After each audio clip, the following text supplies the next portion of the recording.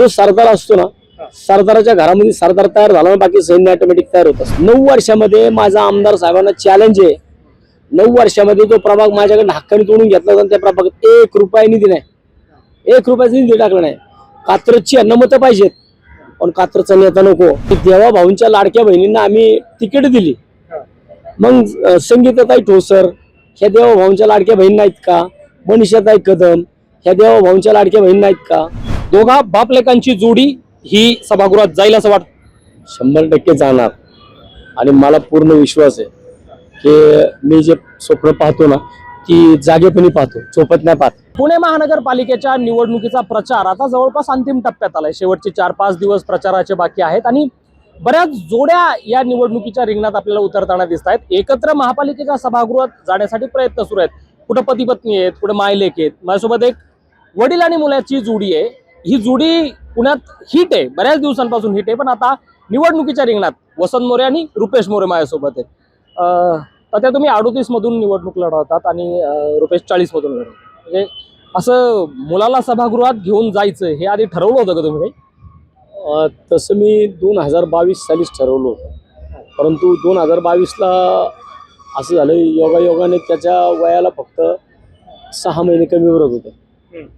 आणि त्यावेळेस मला मनाला कुठंतरी चटका लागला होता की बाबा त्या प्रभागामध्ये, ज्या प्रभागामध्ये लोकांना माझं नेतृत्व पाहिजे, परंतु काही कारणाने देता येत नाही. प्रभागाचे दरवेळेस 4-5 तुकडे करायचे आणि कुठंतरी माझ्या मागं काहीतरी विघ्न लावायची, मी कुठंतरी एका ठिकाणी नीट राहिलो नाही पाहिजे असं करायचं.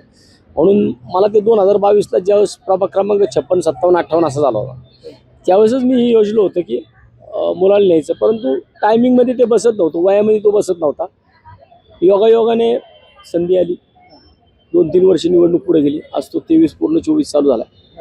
त्यामुळं मग माझा जो प्रभाग आहे तलावाच्या पलीकडची बाजू, 22,000 मतदान माझं तोडण्यात आलंय. म्हणजे 12ला जित होता तुम्ही. जिथं मी 7-17ला 10 वर्ष 7ला निवडून आलो, 17पर्यंत ज्या भागामध्ये होतो त्या प्रभागामधलं 22,000 मतदान माझं त्या भागामध्ये राहिले.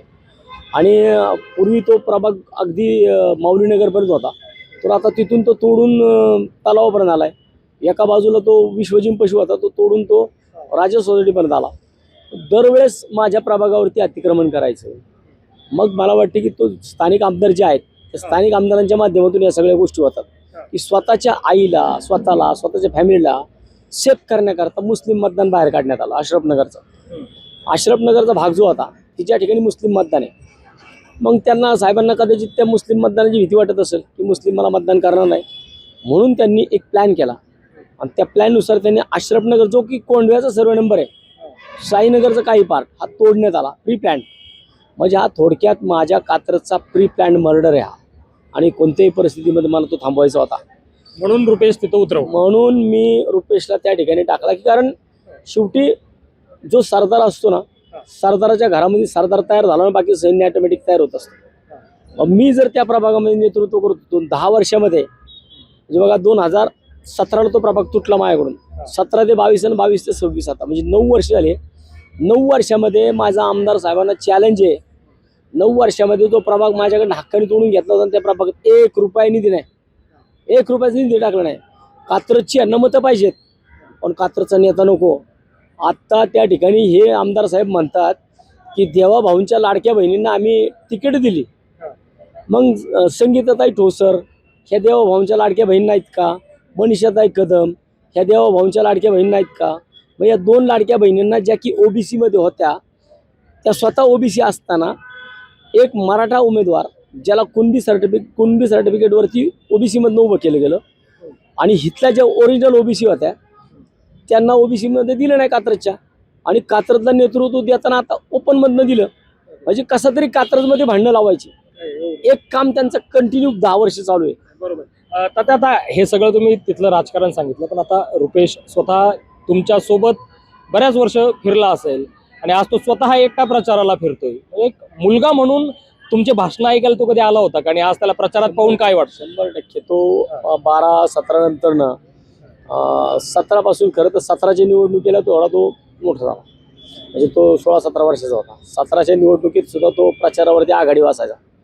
आणि जेव्हा 22ला त्याला हुलकावणी दिली ना, 22ला निवडणूक झाली नाही. मी तेव्हापासून त्याला 22 ते 26 म्हणजे 3.5 वर्ष झालं मी काम करत असताना माझ्या ऑफिसमध्ये त्याला बाजूच्या खुर्चीवर बसवतो. मी त्याला फक्त एवढंच सांगतो, एवढंच शिकवलंय की मी ज्या पद्धतीने काम करतो ते काम मी कसं करतो, मी नागरिकांचा आदर कसा राखतो, मी नागरिकांना नाही का म्हणत नाही, मी नागरिकांचं जे काम येतं ते मी करतो. नागरिकांना कोणत्याही परिस्थितीमध्ये तू कुठल्या प्रभागातला आहे, मग तू माझ्या प्रभागातला नाही, मी तुझं काम करणार नाही. तू कोणत्या जातीचा आहे, मग तू माझ्या जातीचा नाही, मी तुझं काम करणार नाही. मी असं त्याला कधीच शिकवलं नाही. त्यामुळं तो बसून माझ्या शेजारी या सगळ्या गोष्टी शिकला. जनता दरबारला सुद्धा एक पार्ट तो सांभाळायचा, एक पार्ट तो सांभाळत असल्यामुळे त्याला जनता दरबारला सगळ्या गोष्टी. तर शेवटी कसं आहे की त्या मासा असला ना, मासा त्याला पाण्यात टाकला आणि त्याला पोहायला शिकवायला लागत नाही, तो पोहतो.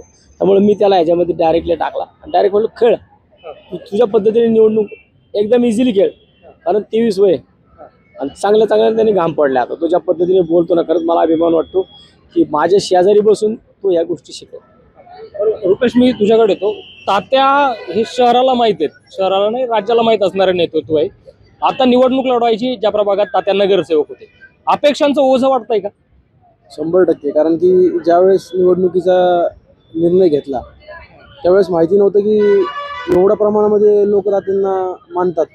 कारण की ज्या भागामध्ये मी फिरत होतो, प्रचाराची सुरुवात केली, त्या भागात तात्यांनी 2007 ते 17 या काळामध्ये जे पाणी नेलं. आणि ज्यावेळेस मी त्यांना भेटायला जात होतो त्यांना सांगितलं की लक्ष राहू द्या, आम्ही तात्यांचा मुलगा आहे. म्हणजे आहे ना, तात्यांमुळेच तर आम्ही इथं आहोत, तात्यांमुळे तर आमच्या घराला पाणी आलं, तात्यांमुळे आमच्या घराला ड्रेनेज लाईन भेटली. ते एवढं सगळं बघता नंतर समजलं की खूप मोठं ओझं आहे. आणि ते ओझं तात्यासोबत असताना काही टेन्शन येत नाही, ते ओझं झेलण्याची ताकद येतेच.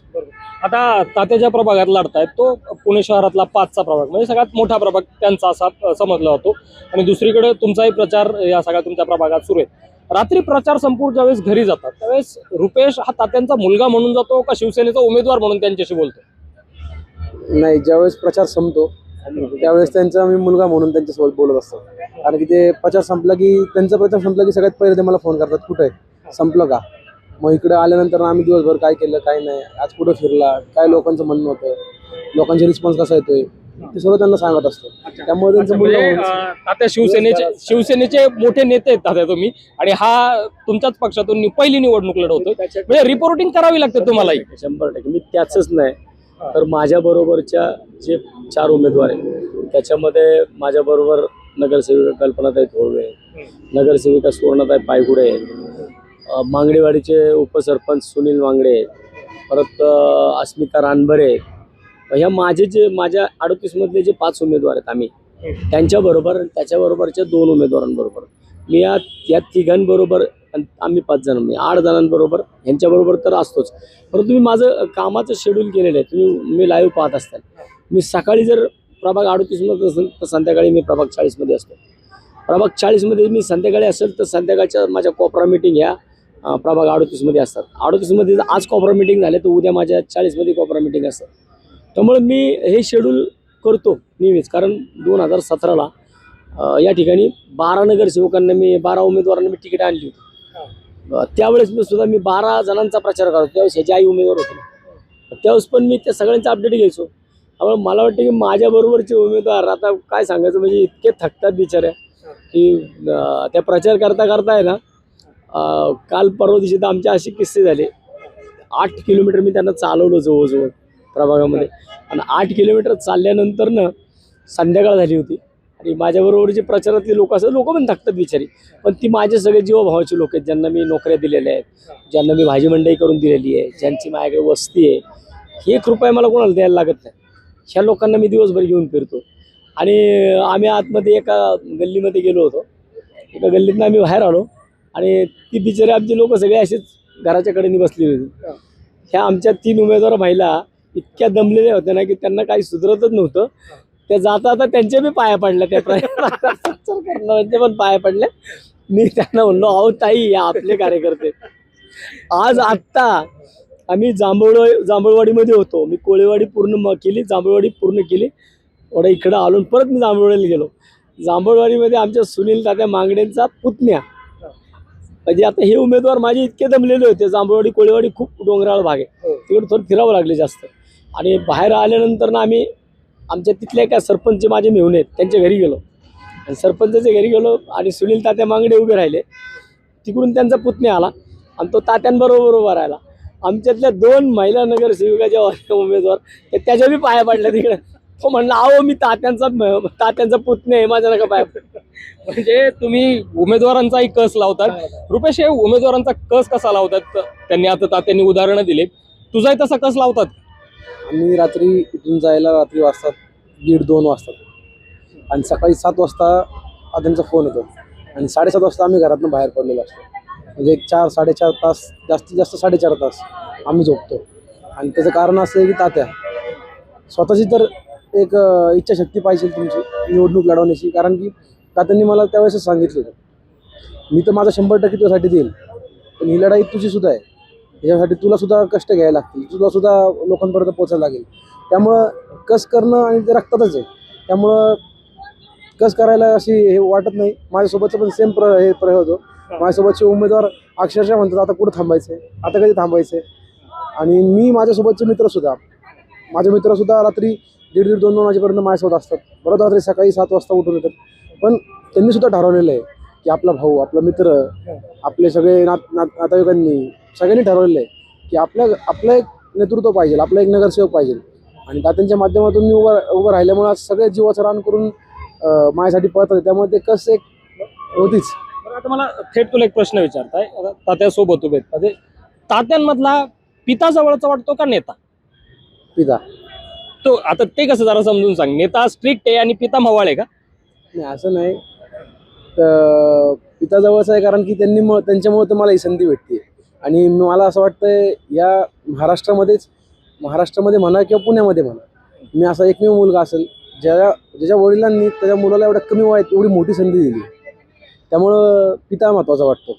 बरोबर. तात्या, आता जसं रुपेशने सांगितलं की त्याचाही कस कसा तुम्ही लावता, पण आता ही जी निवडणूक आहे ती तुम्ही 38 मध्ये लढत असला तरी रुपेश ज्या पक्षाच्या विरोधात किंवा ज्या उमेदवारांच्या विरोधात लढत आहे ते धुरंधर लोक आहेत सगळे. म्हणजे आतापर्यंत पुण्याच्या राजकारणात त्यांचं बरंच नाव राहिलेलं आहे. अशा अवघड ठिकाणी आपल्या मुलाला पहिलीच निवडणूक लढवायची, हे पित्यांनी नेता म्हणून स्वार्थ पाहिलं नाही की अवघड याच्यात ढकलून दिला? नाही असं काही नाहीये. मी माझ्या मुलाला माझ्या खात्रजसाठी भांडायला लावलाय.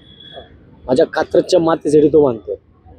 माझ्या कात्रजवरती जो अन्याय होतोय ना, माझ्या गावठाणावरती, माझ्या गावावरती, उद्या जर मी त्याला थांबवलं ना तिथं कात्रजस्थळेपर्यंत, कात्रजकरांना मी त्यांना कात्रजकरांना हे सांगतोय, तुमच्या दारावरती चालून आलेले हे संकट आहे की जे कात्रजच्या तळ्यापर्यंत आले ते आता तळ्यावरती थांबवलं ना ते गावठाण घेईल.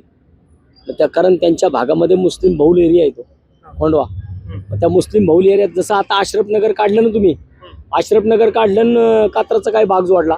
मग आता त्यांचा प्लॅनिंग आहे पुढचा भविष्यातला की जो येवलेवाडीचा भाग आहे की जिथं पानसरे नगर वगैरे म्हणून आहे तो पण मुस्लिम बहुल एरिया आहे, तो भाग तोडायचा, तो दुसरीकडे कुठेतरी जोडायचा आणि कात्रज गावठाण तिकडे घ्यायचं.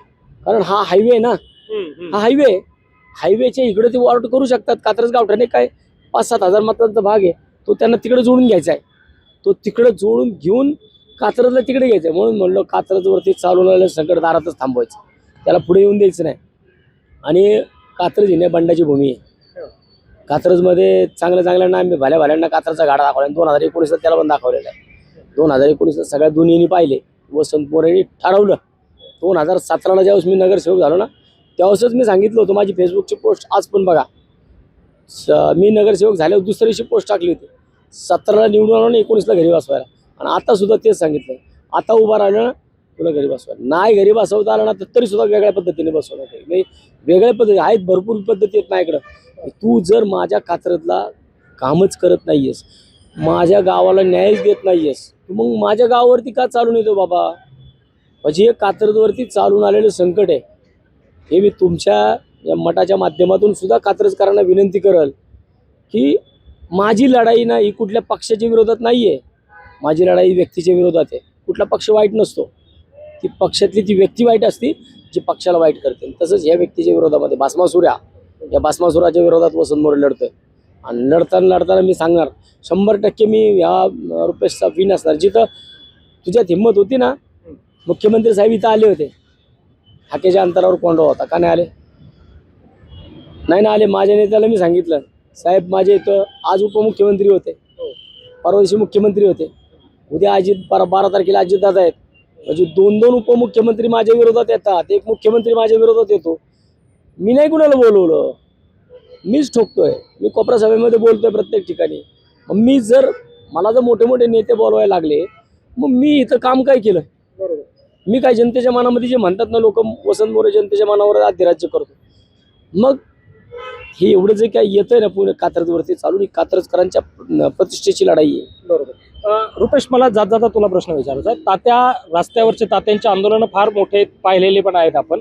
सभागृहातले आंदोलन तात्यांचे तू पाहिलेले आहेत का? तात्यांनी कुठल्या वेशभूषेत आंदोलन केलेले आहेत? कारण ज्यावेळेस आम्ही सभागृहात बसायचो आणि तात्यांचे आंदोलन ते सुरू असायचे, तर तात्याचे आंदोलन फार युनिक होते. हे आंदोलन तू पाहिलेले आहेत का? कारण सभागृहात जाण्यापूर्वी तात्यांनी काही टिप्स दिलेले आहेत?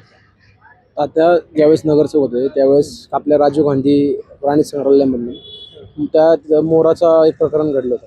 त्यावेळेस त्यांनी ते मोराचं वेशभूषा घेतली होती. त्यानंतर तलावामध्ये जलपर्णी तात्या जलपर्णी बनून आले होते, तेही फार फेमस आंदोलन होते. माझ्या प्रत्येक आंदोलनामध्ये जे काही मी मटेरियल तयार करतो ना, त्याच्यामध्ये हान माझा भाचा असतो. म्हणजे मी त्यांना आदल्या दिवशी सांगतो की मला उद्या मोर बनायचंय, मला उद्या झाड बनायचंय, उद्या मला जलपर्णी घालायची, मला परवा दिवशी लाईट घालून जायचंय. माझे 2 भाचे आहेत, प्रत्येक आणि महेश ते आणि रुपेश, हे 3 जण मिळून मी त्यांना फक्त सांगतो की मला उद्या असं आंदोलन करायचंय. मग तिथून पुढची सगळी तयारी हे लोक करतात. त्या आंदोलनाचा भाग बनायला तुलाही आवडेल आता? कारण बॅक एंडला जी तयारी होती ती फ्रंट एंडला येऊन करायला आवडेल? नक्की, कारण की शेवटी ते जे आंदोलन होतात ते जनतेसाठी होतात. आणि आज आम्ही निवडणूक स्वतःसाठी नाही तर जनतेसाठी आज निवडणूक लढवतोय. कारण की जनतेसाठी जे तात्या प्रश्न मांडतात, जे काय आंदोलनं करतात हे जनतेसाठीच करतात. आणि त्याचं जनतेतनं जर त्यातनं जनतेचा फायदा होणार असेल, अशा आंदोलनं करून जर जनतेचं सोयी सुविधा सुटणार असतील, त्यासाठी अशा आंदोलनं प्रत्येक वेळेस करायला काहीच वाटणार नाही. आता शेवटचा प्रश्न तुम्हाला, दोघा बापलेकांची जोडी ही सभागृहात जाईल असं वाटतं? 100% जाणार. आणि मला पूर्ण विश्वास आहे की मी जे स्वप्न पाहतो ना ती जागेपणी पाहतो, झोपत नाही पाहत. आणि रुपेशला सभागृहात न्यायचं आणि माझ्या कात्रजवरती होणारा अन्याय त्याला वाचा फोडायची. आणि ते अशा पद्धतीने फोडायची नाही की ती सभागृहामध्ये मागच्या पंचवार्षिकमध्ये तुम्ही सर्वांनी पाहिलेलं आहे की आम्ही दोघंच सभागृहामध्ये आंदोलन करायचो. मी कधी थांबलो नाही, प्रत्येक जीबीला माझे आंदोलन असायचे. तसंच मी त्याच्या बाबतीत सुद्धा मी ते स्वप्न पाहिलेलं आहे की आमची जोडी आहे ना महाराष्ट्रातल्या स्थानिक स्वराज्य संस्थांमध्ये बापलेकाची पहिली जोडी असणार. त्या तात्यांनी विश्वास व्यक्त केला, तुला काय वाटतं? नाही, नक्कीच जनतेच्या विश्वासावरती आणि जनतेच्या बघणाऱ्या पुढच्या भविष्यासाठी आणि तात्यांच्या नेतृत्वाखाली या सगळ्या गोष्टीमध्ये आम्ही नक्कीच विजय मिळू. आणि येणाऱ्या काळामध्ये बापलेकाची जोडी नक्कीच तुम्हाला पुणे महानगरपालिकेमध्ये दिसेल. आणि येणाऱ्या काळामध्ये सुद्धा आम्ही दोघं मिळून कात्रजमधल्या जनतेसाठी आणि कात्रजमधल्या प्रश्नांसाठी जितके काय तुम्ही जसं म्हणला काय वेगवेगळे आंदोलनं करावे लागतील किंवा कात्रजकरांसाठी रस्त्यावरती उतरावं लागेल, ते सर्व प्रयत्न आम्ही 100% दोघं मिळून करू आणि ते आम्ही यशस्वी करून दाखवूच. नक्की.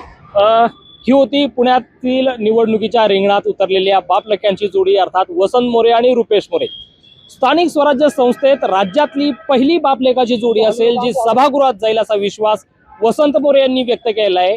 आणि दुसरीकडे रुपेश मोरे यांनी सुद्धा सांगितलं आहे की तात्यांच्या नेतृत्वाखाली, तात्या नेता जरी असले तरी पिता म्हणून मला जवळ आहेत आणि ते तशीच जशी कार्यकर्त्यांची शाळा घेतात तशीच माझीही शाळा ते घेतात असं त्यांनी सांगितलं. Abhijit Darade, Maharashtra time online, Pune.